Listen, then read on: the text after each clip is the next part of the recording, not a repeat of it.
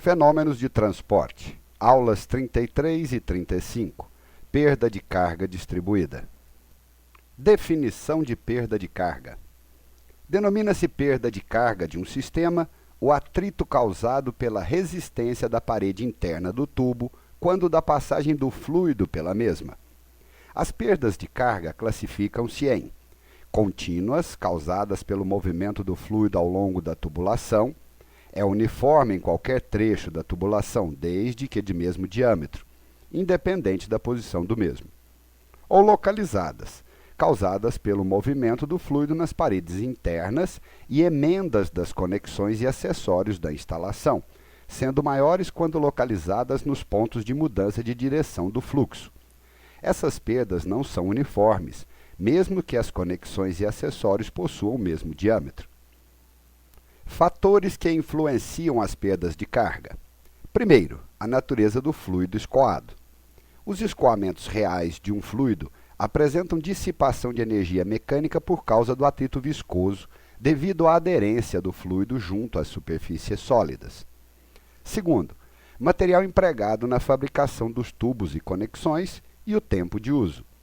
Comercialmente, os tubos e conexões mais utilizados são os de PVC e ferro galvanizado, cujas diferenças de fabricação e acabamento interno são bem caracterizadas, razão pela qual apresentam coeficientes de perdas diferentes. 3. Diâmetro da tubulação. O diâmetro interno ou área livre de escoamento é fundamental na escolha da canalização, já que quanto maior a vazão a ser bombeada, maior deverá ser o diâmetro interno da tubulação, a fim de diminuírem-se as velocidades e, consequentemente, as perdas de carga. São muitas as fórmulas utilizadas para definir-se qual o diâmetro mais indicado para a vazão desejada. Para facilitar os cálculos, todas as perdas já foram tabeladas pelos fabricantes de diferentes tipos de tubos e conexões. No entanto, para efeito de cálculos, a fórmula mais utilizada para chegar-se aos diâmetros de tubos é a fórmula de Bresse, expressa por equação 2.1. D é o diâmetro interno do tubo em metros. K é o coeficiente de custo de investimento pelo custo operacional. Usualmente aplica-se um valor entre 0,8 e 1. E Q é a vazão em metros cúbicos por segundo.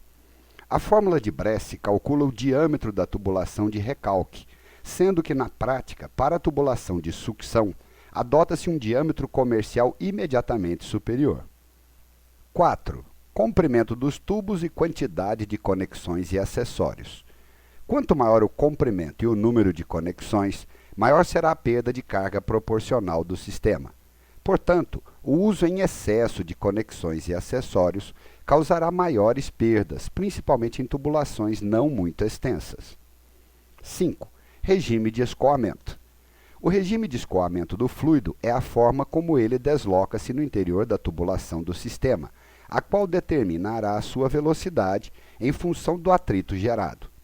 No regime de escoamento laminar, os filetes líquidos, que são as moléculas do fluido agrupadas umas às outras, são paralelos entre si, sendo que suas velocidades são invariáveis em direção e grandeza, em todos os pontos.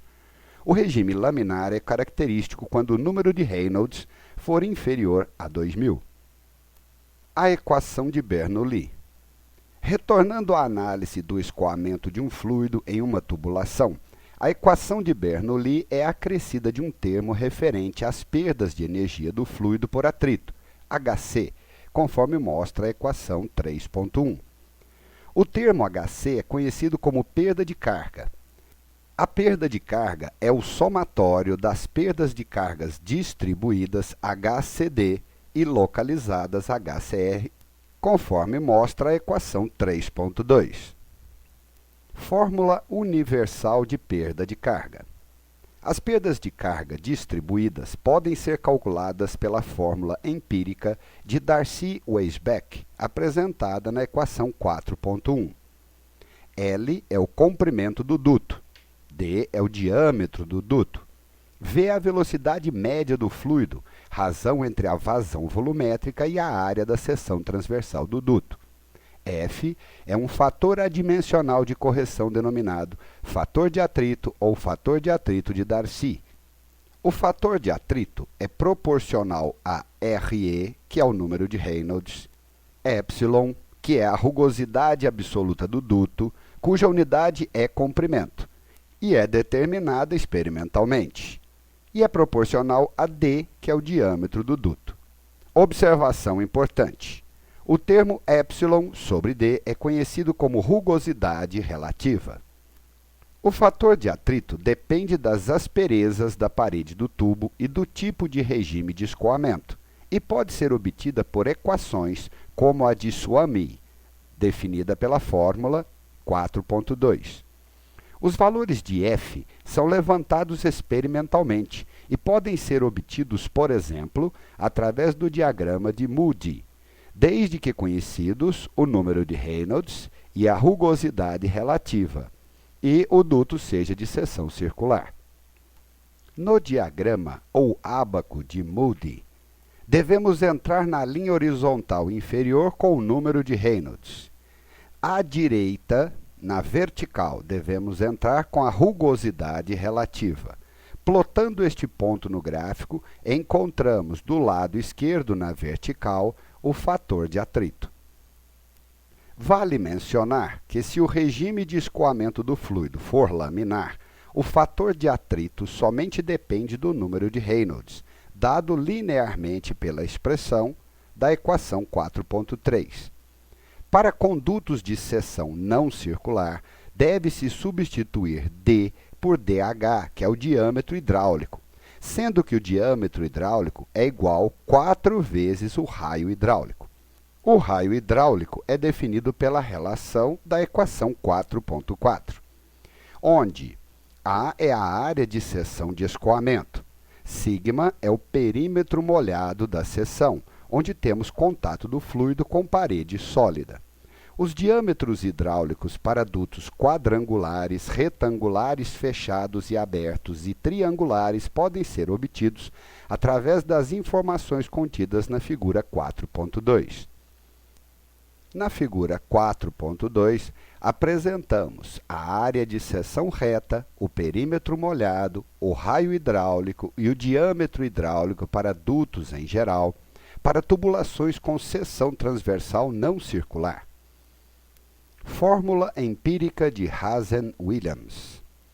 É outra equação bastante utilizada para o cálculo da perda de carga distribuída em tubulações, principalmente na prática de engenharia sanitária.